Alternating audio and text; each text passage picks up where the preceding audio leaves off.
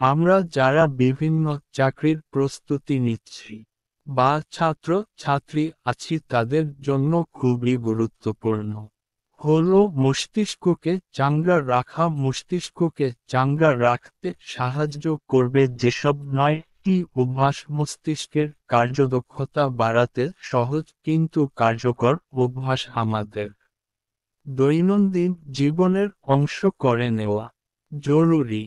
9টি কার্যকর অভ্যাসগুলো হলো: 1. গুণগত ঘুম নিশ্চিত করুন 7 থেকে 9 ঘন্টা। মানসম্মত ঘুম আমাদের মনোযোগ ও শেখার ক্ষমতা বাড়ায়। 2. মস্তিষ্কের উপযোগী খাবার খান।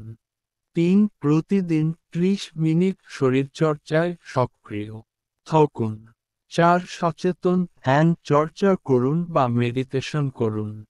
5. মস্তিষ্ককে চ্যালেঞ্জ করুন। 6. সামাজিক সংযোগ তৈরি করুন। 7. পর্যাপ্ত পানি পান করুন। 8. একসাথে অনেক কাজ এড়িয়ে চলুন। 9. লিখে রাখার অভ্যাস গড়ুন।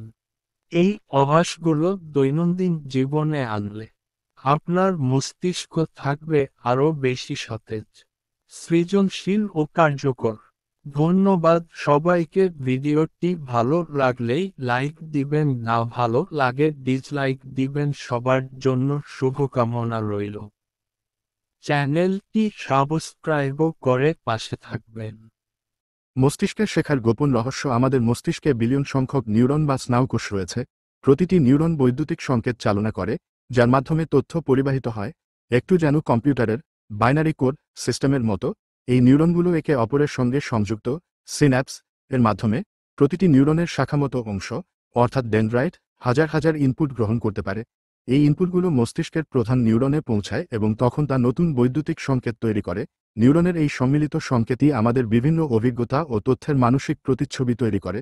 এখন পর্যন্ত মনে করা হতো এই শেখার প্রক্রিয়া একটিমাত্র নিয়মে চলে, যেটি বলা হয় হিবিয়ান লার্নিং রুল, অর্থাৎ যেসব নিউরন একসঙ্গে সক্রিয় হয় তারা একে অপরের সংযোগ শক্তিশালী করে।